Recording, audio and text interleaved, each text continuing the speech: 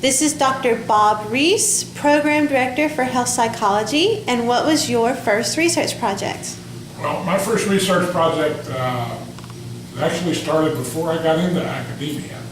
And it was about 1993. At that time, I was the head athletic trainer for the New York Jets. And we had a football player that fractured his wrist, fractured the scaphoid bone in his wrist, the little bone that's here, right in the, what we call the snuff box area. And it's not a rare injury. We usually get one or two every other year. And the problem is it can be very painful and can actually, in this case, this was for a wide receiver that it happened to, Rob Moore, that it could end his career because it's a very painful injury. And the shape of one of the problems with the fractured scaphoid is it doesn't heal well. You get non-unions and therefore it's always painful. So the usual routine is to put them in a wrist cast for 8 to 12 weeks. And then if the bones do not heal, then they would go in and stick a couple of pins in, put them back in the cast for another 8 to 12 weeks while it healed. And so I approached the team physician at the time in our orthopod and said, you know, why are we fooling around with putting them in the cast for 8 weeks? Because we've never, ever, nobody that I ever knew has had one heal. Why don't we just go ahead and do the surgery? And so he said, that's an interesting idea. Let me check with some of my colleagues around the league and see if anybody's doing that, because I don't want to operate on this $1 million athlete with something that's just new and unique.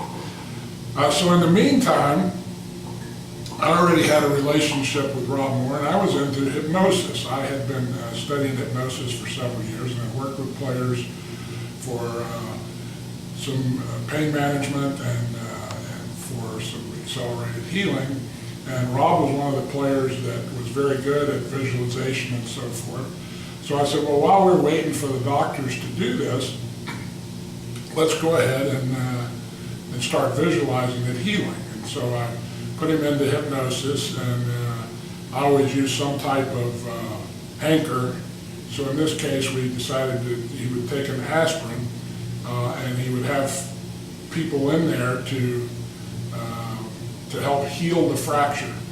So the way the scaphoid is, I don't have Dr. Kent's visual aids with me, but if you look at it, it's kind of like this area here. So there's this skinny part in the middle they call the neck of the bone. That's a little tiny bone,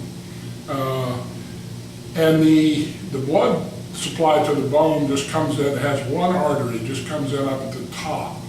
And so it always fractures across this neck, they call it, and the bottom part gets necrotic or dies because it doesn't have blood to it, and that's why you get this non-union.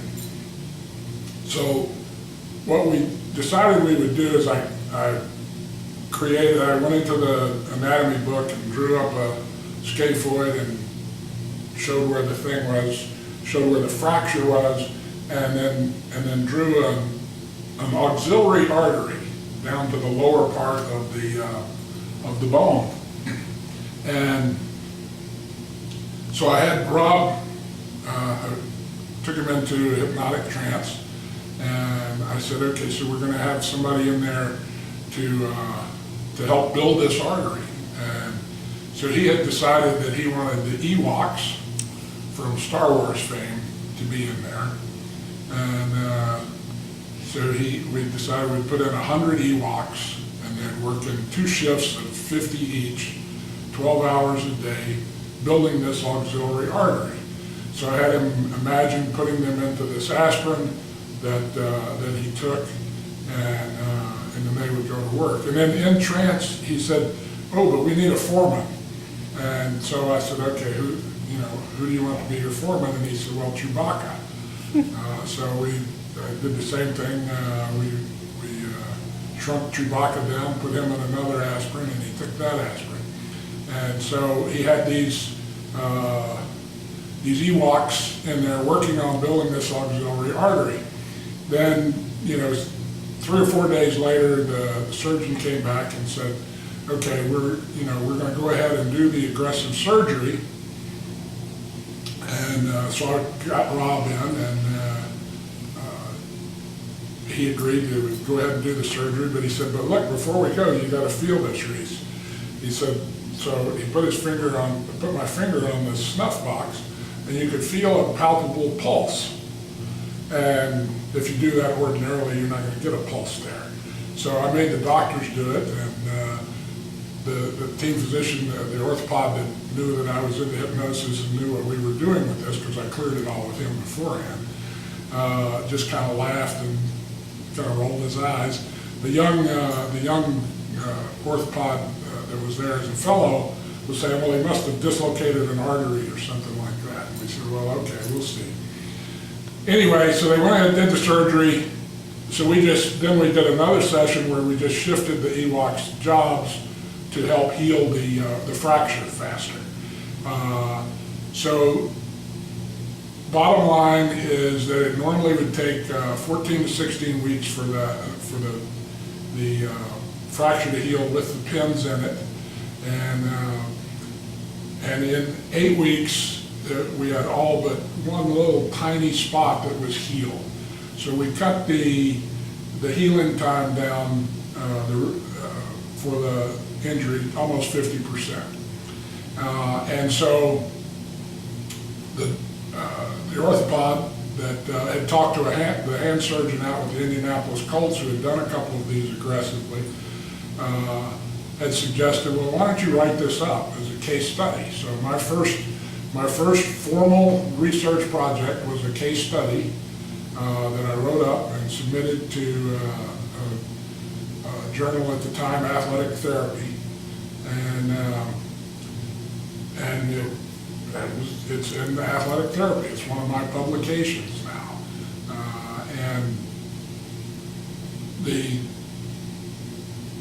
biggest compliment that I got out of that was that the hand surgeon from the Colts asked me permission to use the story when he went around talking about the surgery. So it's that was very complimentary.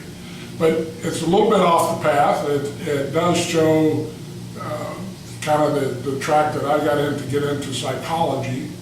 But what I would recommend for anybody that's looking for research is find stuff that you're already doing, that you like, and you'd be surprised at how you can turn that into a research project.